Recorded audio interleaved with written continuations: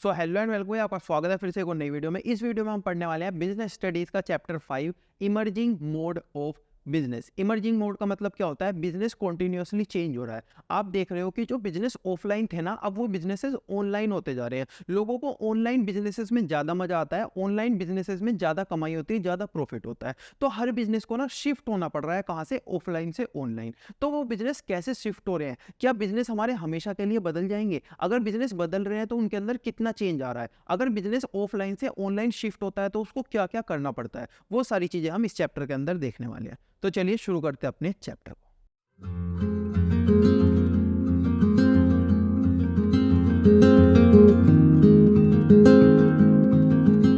तो video start करने से पहले कुछ बेसिक बातें, कैसे आप इस वीडियो को देखकर मिनिमम इनपुट देकर मैक्सिमम आउटपुट निकाल सकते हो। ये बातें मैं हर वीडियो के स्टार्टिंग में बोलता हूं। अगर आपको ये बातें पहले से पता है तो आप डायरेक्टली टॉपिक 1 के ऊपर जंप कर सकते हो। सबसे पहली बात, कभी कभी चैप्टर इतना बड़ा होता है कि बच्चे को पता नहीं चल पाता कि सबसे पहले उसको ये पढ़ना है, उसके बाद उसको ये पढ़ना है, उसके बाद उसको ये पढ़ना है और इस तरीके से उसको चैप्टर फिनिश करना है। तो मैंने क्या किया है ना, मैंने हर चैप्टर को छोटे छोटे टॉपिक्स में डिवाइड किया है। अभी आपको पता होगा कि सबसे पहले आपको टॉपिक 1 पढ़ना है, उसके बाद टॉपिक 2 पढ़ना है, उसके बाद टॉपिक 3 पढ़ना है और इस तरीके से आपको अपने चैप्टर को फिनिश करना है। सेम इसी तरीके से मैंने यूट्यूब वीडियो के अंदर भी चैप्टर बना दिए हैं, जिससे कि आप डायरेक्टली किसी भी टॉपिक के ऊपर जंप कर सकते हो। दूसरी बात, अभी आपको किसी भी चैप्टर को पढ़ने के लिए वीडियो का पार्ट 1, पार्ट 2, पार्ट 3 ढूंढने की जरूरत नहीं पड़ेगी। मैंने पूरा का पूरा चैप्टर सिर्फ और सिर्फ एक वीडियो में कवर किया है। तीसरी बात, इस वीडियो के अंदर जो भी आप पढ़ोगे उसके नोट्स बनाने की जरूरत आपको नहीं है। वो सारे के सारे नोट्स आपको हमारे टेलीग्राम चैनल पे मिल जाएंगे, जिसका लिंक आपको डिस्क्रिप्शन में मिल जाएगा, वहां से आप डाउनलोड कर सकते हो। फोर्थ थिंग, अगर आप कोई सा भी चैप्टर हमारे नोट्स में से पढ़ते हो और आप कोई सा भी कॉन्सेप्ट करते हुए, कोई सा भी क्वेश्चन करते हुए कहीं पे अटक जाते हो, तो उस कॉन्सेप्ट के और उस क्वेश्चन के राइट हैंड साइड में आपको एक क्लिक हियर नाम का आइकन दिखेगा। अगर आप उस पर क्लिक करते हो तो आप उस यूट्यूब की वीडियो के उस पार्ट में पहुंच जाओगे जहां पे मैंने वो वाला कॉन्सेप्ट या फिर वो वाला क्वेश्चन पढ़ाया होगा। तो आप डायरेक्टली वहां से अपने डाउट क्लियर कर सकते हो। और लास्ट चीज, बच्चे मुझसे कई बार पूछते हैं कि अगर वो इस वीडियो के सारे कॉन्सेप्ट, सारे क्वेश्चंस कर लेते हैं तो उसके अलावा भी और कुछ करने की उनको जरूरत पड़ेगी। तो अगर आप इस वीडियो के सारे कॉन्सेप्ट और क्वेश्चन सही से कर लेते हो तो आपको कुछ और करने की बिल्कुल भी जरूरत नहीं पड़ेगी। आप एग्जाम के अंदर 100 आउट ऑफ 100 मार्क्स ला सकते हो। अब शुरू करते हैं अपने चैप्टर को।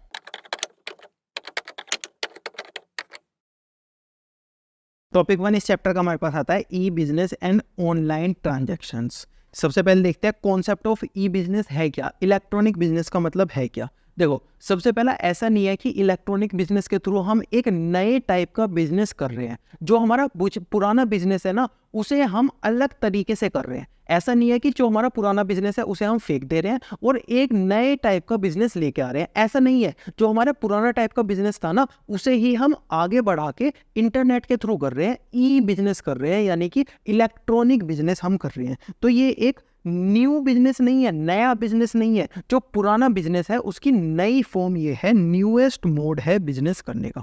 अब देखते हैं ई बिजनेस का मतलब क्या होता है। वो बिजनेस जो कि हम कंप्यूटर नेटवर्क के थ्रू करते हैं उसको हम ई बिजनेस बोलते हैं। E business include electronically conducted business, यानी कि जो बिजनेस इलेक्ट्रॉनिकली कंडक्टेड होते हैं, ओवर इंटरनेट कंडक्ट होते हैं, उसको हम बोलते हैं ई बिजनेस।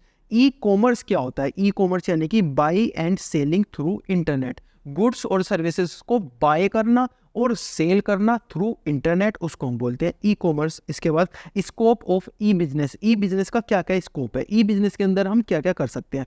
बिजनेस फंक्शन बहुत सारे परफॉर्म कर सकते हैं, जैसे प्रोडक्शन। हम प्रोडक्शन ई बिजनेस के थ्रू कर सकते हैं। जैसे सॉफ्टवेयर बनवा सकते हैं हम, दूसरे इंसान से बनवा सकते हैं, दूसरे शहर में बिठवा के उसे बना सकते हैं ओवर इंटरनेट। फाइनेंस, हम फाइनेंस मैनेजर कर सकते हैं। मार्केटिंग, पर्सनल एडमिनिस्ट्रेशन, हम ये सारी चीज़ें मैनेज कर सकते हैं। मैनेजमेंट भी हम कर सकते हैं, मैनेजमेंट भी हम कर सकते हैं ई बिजनेस के थ्रू, जैसे प्लानिंग, ऑर्गेनाइजिंग, कंट्रोलिंग, ये सारी चीज़ें भी हम क्या कर सकते हैं? ई बिजनेस के थ्रू कर सकते हैं। उसके बाद ई प्रोक्योरमेंट। ई प्रोक्योरमेंट क्या हो सकता है? ट्रांजैक्शन बिटवीन फर्म्स, फर्म्स के बीच में ट्रांजैक्शन थ्रू ई बिजनेस, यानी कि electronic business through electronic business, firm के बीच में ट्रांजैक्शन। ई बिडिंग या ई ऑक्शन। अब ऑक्शन क्या होता है, आप आईपीएल में देखते हो जो प्लेयर्स होते हैं उनको खरीदते हैं और बेचते हैं, उसको हम क्या बोलते हैं, ऑक्शन बोलते हैं, बिडिंग बोलते हैं। वो भी क्या कर सकते हैं हम, इलेक्ट्रॉनिकल सकते हैं। अभी आईपीएल के अंदर तो इलेक्ट्रॉनिकली नहीं होता, लेकिन कोविड में मुझे याद है एक बार शायद हुआ था इलेक्ट्रॉनिकली। और उसके अलावा हम दूसरे बिजनेसेस में भी इलेक्ट्रॉनिक बिडिंग तो कर ही सकते हैं। इसके बाद ई टेंडिंग। ई टेंडिंग क्या होता है, जो हमारी गवर्नमेंट होती है ना, सपोज उसको एक रोड बनवाना है, एक ब्रिज बनवाना है, तो ये रोड बनवाने के लिए, ब्रिज बनवाने के लिए जिन भी लोगों को कॉन्ट्रैक्ट देती है ना, ऐसे नहीं दे देती ओए तू इधर आ तुझे कॉन्ट्रैक्ट मिल गया। ये गवर्नमेंट क्या बोलती है, गवर्नमेंट पहले पब्लिश करती है, हाँ भाई सब लोग सुन लो, हमें ये वाली रोड बनवानी है। क्या करवानी है, ये वाली रोड बनवानी है। अब जो लोग होते हैं ना, जो आम पब्लिक होती है, ये जो खड़े हैं, ये सब अपना टेंडर देते हैं गवर्नमेंट को। गवर्नमेंट फिर इनमें से एक को सेलेक्ट करती है, जैसे गवर्नमेंट ने इसको सेलेक्ट कर दिया, तो ये सारी चीजें भी क्या हो सकती है, इंटरनेट के थ्रू हो सकती है। ई कम्युनिकेशन, ई प्रमोशन। अभी देखो आपको अपने प्रोडक्ट का क्या करना होता है, एडवर्टाइजमेंट करना होता है। आप कैसे कर सकते हो, ई बिजनेस के थ्रू कर सकते हो। आप पूरे दिन अगर मोबाइल चलाओगे तो आप देखो कि ऐड आते रहते हैं, यूट्यूब पे ऐड आते हैं, रील्स के अंदर ऐड आते हैं, या फिर वेबसाइट के ऊपर आपको ऐड दिखते हैं। वो सब क्या है, ई बिजनेस के थ्रू, ई कम्युनिकेशन, ई प्रमोशन हम कर रहे हैं। इसके बाद ई डिलीवरी। सपोज आपको कोई सॉफ्टवेयर खरीदना है, क्या आप सीडी लेगा तो पेन ड्राइव में डलवा के लेके आते हो, नहीं आप इंटरनेट के ऊपर खरीद लेते हो और इंटरनेट के ऊपर आपको मेल में वो मिल जाता है, आप वहाँ से उसको डाउनलोड कर लेते हो। तो ई डिलीवरी यानी कि डिलीवरी भी हम कर सकते हैं। इसके बाद ई ट्रेडिंग। ई ट्रेडिंग क्या होता है, online buying and selling share. तो आपके जो शेयर होते हैं, आप स्टॉक मार्केट में जाके खरीदते हो क्या, नहीं खरीदते ना। अब कैसे खरीद लेते हो, ऐप्स आती है मोबाइल की या फिर वेबसाइट वगैरह होती है, वहाँ से आप खरीद सकते हो। Can be visualise B to B, B to C और इंट्रा बी, यानी कि आप अलग अलग टाइप के बिजनेसेस कर सकते हो, B to B, B to C और इंट्रा बी। ये सब अभी हम देखेंगे कि ये सब चीज़ें क्या होती हैं।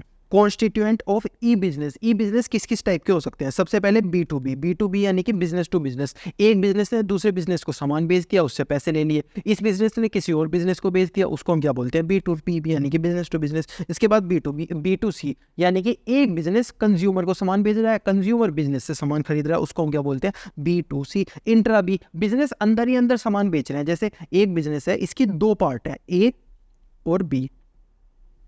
ए के अंदर ये कार बनाता है, इसके अंदर ये एसी बनाता है। अब एसी को बनाने के लिए थोड़ी सी कार की हेल्प लगती है, कार को बनाने के लिए एसी। तो ये क्या हो गया, इंट्रा बी, यानी कि बिजनेस के अंदर अंदर ये एक दूसरे की हेल्प कर लेते हैं। इसके बाद कंज्यूमर टू कंज्यूमर। सपोज मेरा ये जो टैबलेट रखा हुआ है ना, ये पुराना हो गया, मैंने अपने दोस्त को बुलाया, मैंने कहा खरीदेगा, उसने कहा खरीद लूंगा, मैंने उसे भेज दिया। ये क्या हो गया, कंज्यूमर टू कंज्यूमर। मैंने बिजनेस तो नहीं किया ना, कंज्यूमर टू कंज्यूमर हो गया। तो ये क्या हो गई, ई बिजनेस के अलग अलग टाइप हो गए।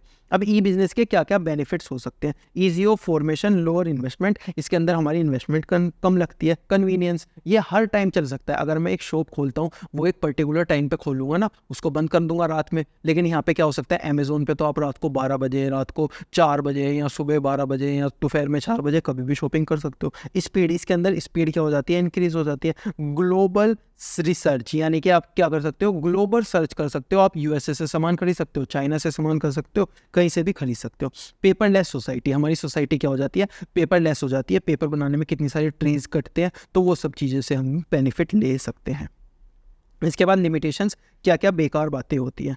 लो पर्सनल टच। अब देखो आप अमेजोन पे सामान खरीदते हो, आप हाथ में लेके देख सकते हो, नहीं आपको फील नहीं आती वो लेने में, इसीलिए पर्सनल टच नहीं हो पाता। इसके बाद inconvenience, order taking, order fulfilment speed. जैसे आप अमेजोन से सामान मंगाते हो, तो ऐसा हो जाता है कि 2 दिन तो एटलीस्ट लेते ही है ना, वो 1 दिन 2 दिन तो लेगा ही आपको सामान लेने में। लेकिन आप शॉप से लेके आओगे तो आपको तुरंत मिल जाएगा। तो थोड़ा सा ना बैरियर आ जाता है कि अगर आप आज सामान मंगा रहे हो, 2 दिन आप बाद आपको मिल रहा है, तो थोड़ा मज़ा नहीं आ पाता, वो चीज़ें बेकार हो जाती है ई बिजनेस के अंदर।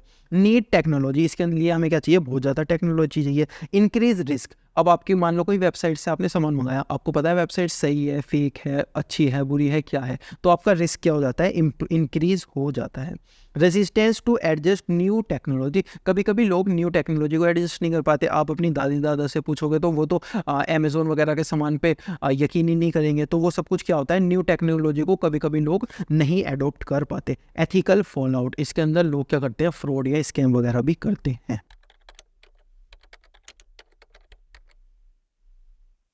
इस चैप्टर का लास्ट टॉपिक, टॉपिक 2 हमारे पास आता है बिजनेस प्रोसेस आउटसोर्सिंग। देखो एक जो बिजनेस होता है ना, उसके अंदर बहुत सारी अलग अलग टाइप की क्या होती है, एक्टिविटीज होती है। एक बिजनेस के अंदर अलग अलग टाइप की एक्टिविटी होती है। जैसे ये एक बिजनेस है, अब ये क्या करता है ना, आगे लोगों को सामान बेचता है। अब उसको सामान को बनाने के लिए ना, इसे 5 अलग अलग टाइप की चीज़ें परफॉर्म करनी पड़ती है, 5 अलग अलग टाइप के प्रोसेस इसको परफॉर्म करने पड़ते हैं। ये बोलता है ये वाला प्रोसेस और ये वाला प्रोसेस तो मैं खुद परफॉर्म कर लूँगा, लेकिन ये वाला और ये वाला मैं खुद नहीं कर पाऊँगा। तो ये क्या करता है, एक फर्म को हायर करता है और उससे बोलता है ये वाला प्रोसेस मेरा कर दे। दूसरे फर्म से बोलता है हाँ भाई तू ये वाला प्रोसेस कर दे। तीसरी फर्म से बोलता है ये वाला प्रोसेस कर दे। इसके बदले में तुम मुझसे थोड़े से पैसे ले लियो। इससे भी बोलता है मुझसे भी थोड़े से पैसे ले लियो और इससे बोलता है मुझसे भी थोड़े से पैसे ले लियो। तो ये जो मैंने ब्लैक पेन से लिखा है ये वाला पोर्शन, इसने क्या किया, ये वाला पोर्शन इसने क्या किया, आउटसोर्स किया। इसने अपना काम किसी थर्ड पार्टी से करा लिया, बाहर वाले से करा लिया, जिससे कि ये यहाँ पे गुड्स को क्या कर सके, सेल कर सके। उसको हम क्या बोलते हैं, आउटसोर्सिंग बोलते हैं।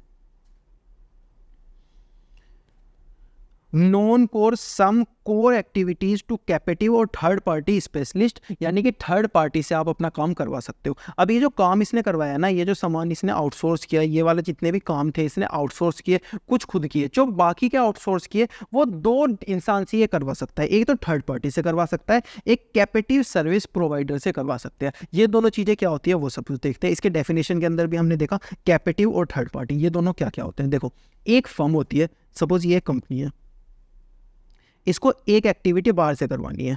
ये किससे करवाती है, फर्म से करवाती है। क्या करवाती है, फर्म से करवाती है। पर ये जो फर्म है ना, ये इसके अलावा, इस वाली कंपनी के अलावा किसी और कंपनी को सामान नहीं देती। सपोज यहाँ पे एक कंपनी आ गई, इसने बोला कि जो एक्टिविटी उसके लिए कर रही है वो हमारे लिए भी कर दे। ये बोले कि मैं नहीं कर सकती। लेकिन यहाँ पे एक कंपनी है, इसने इस वाली फर्म से अपना सामान मैन्युफैक्चर करवाया, कुछ एक्टिविटी कराई होगी थोड़ी बहुत, ठीक है। तो अभी इसके बाद एक और कंपनी यहाँ पे आ जाती है और ये बोलती है कि भाई जो तो उसके लिए कर रही है वो हमारे लिए भी करते। तो वो बोलेगी हाँ मैं कर दूंगी। तो यहाँ पे क्या होगा ना, यहाँ पे थर्ड पार्टी के अंदर एक फर्म अलग अलग लोगों को आउटसोर्सिंग का काम दे सकती है। जो फर्म अलग अलग लोगों को आउटसोर्सिंग का काम देती है उसको हम बोलते हैं थर्ड पार्टी। लेकिन कैपेटिव सर्विस क्या होती है, जो फर्म केवल और केवल एक कंपनी को आउटसोर्सिंग का काम देती है उसको हम बोलते हैं कैपेटिव सर्विसेज।